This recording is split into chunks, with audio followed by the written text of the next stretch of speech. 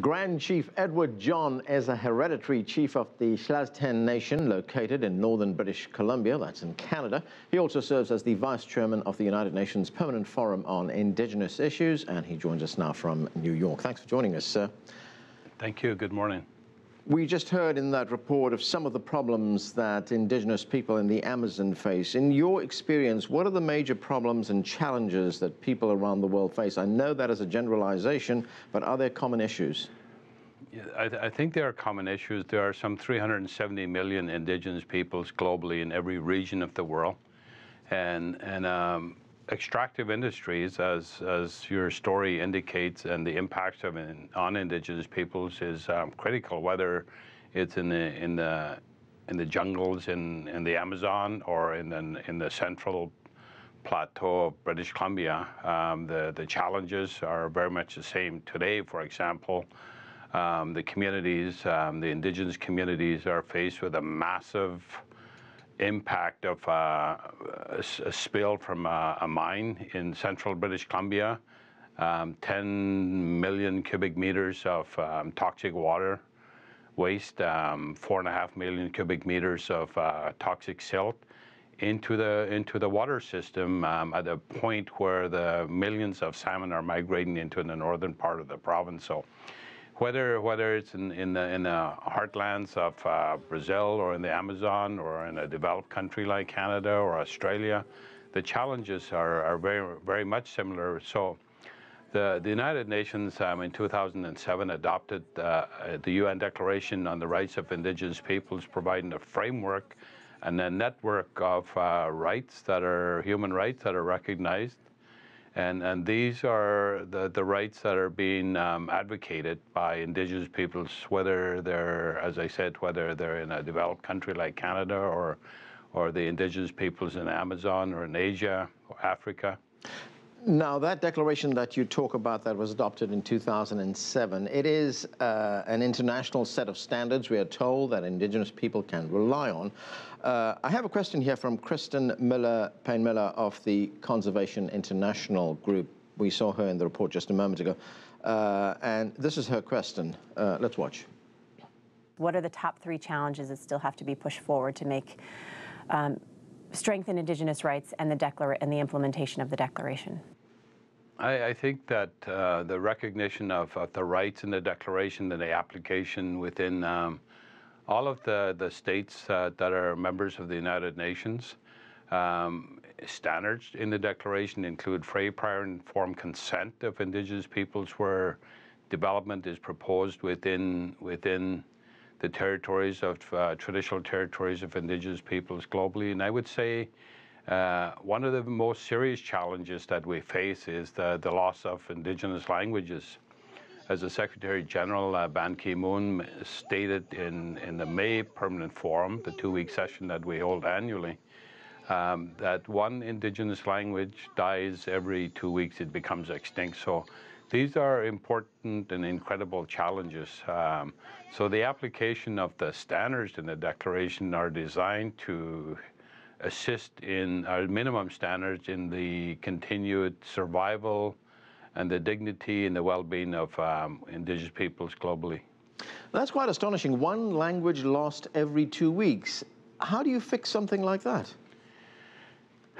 The example I'll give you that I'm familiar with is in Canada. We had a network of residential schools in the 1870s and into the 1900s. These schools were designed to quote, kill the Indian and the child, which means the language and the culture, taking children away from their families. So what's happened as a consequence is that tens of thousands of students ended up in these institutions where the Indigenous languages were not taught, in fact, were prohibited. And if you spoke your language, in many cases, you were punished for it. So it was designed to kill the cultural side of our people.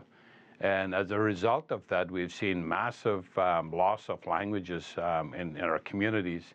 So when the Prime Minister of Canada apologized for this part of Canada's history, he apologized in 2008, we indicated that there needs to be state support for the revitalization of languages. So we have experiences in in New Zealand, for example, with the Maori or the Hawaiians, who have taken incredible steps to revitalize their languages. Notwithstanding that, we still see incredible challenges of dominant languages like English or Spanish, French, which continue to be the dominant languages, in many cases at the expense of indigenous languages. Right now, so we had the declaration, the UN declaration that was adopted in 2007. What kind of progress has been made in the last 7 years? Well, the first step was to have the declaration adopted. At this point, there is no state that is opposed to the declaration, so it's a consensus instrument. The question is now states need to take the declaration, adopt it, and apply it. I know that many countries have taken the declaration and made it part of the national law, part of the Constitution. In other cases, like in Canada and the US, for example, it's been endorsed, but seen mainly as an aspirational instrument that has yet to find its way into concrete application. But the standard of consent, for example, that is so pervasive and so instrumental and so important in the declaration is a standard that is required. The other challenge is that, notwithstanding the fact that the declaration has been adopted by the UN General Assembly and adopted and endorsed by many states, many states still take the view that there are no indigenous peoples within their respective boundaries. And we hear that from many countries in the African region, in the Asia or South Asia region, for example.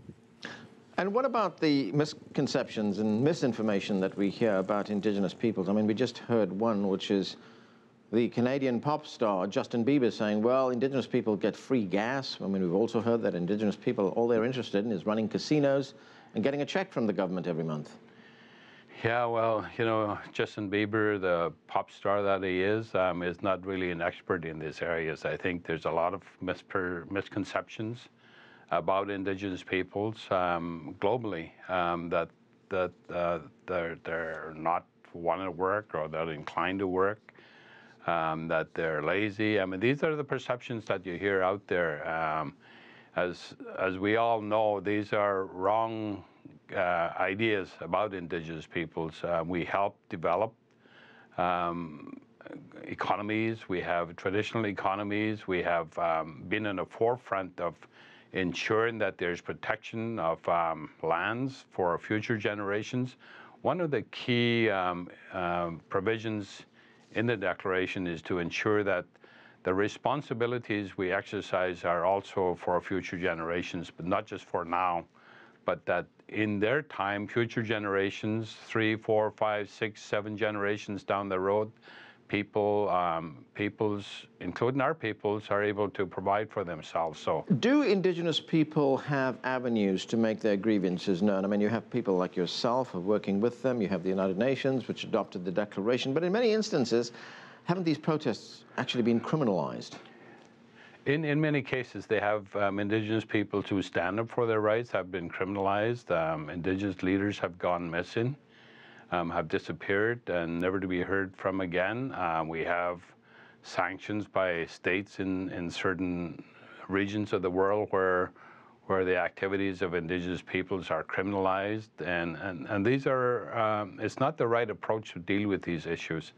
In Canada, we have an avenue through the courts that First Nations peoples, Indigenous peoples have used very effectively, but it's a very adversarial, costly process. But we've had to take steps down that road, largely because we've had governments who deny that Indigenous rights exist, notwithstanding that there's recognition in the Constitution. But recently there was a decision from the Supreme Court of Canada for the very first time in Canadian history declaring that land rights to the traditional territory of the Chilcotin was declared to exist as a legal right. So it was a fundamental and huge victory for the Chilcotin people. Grand Chief Edward John, thanks for joining us, sir. Thank you so much.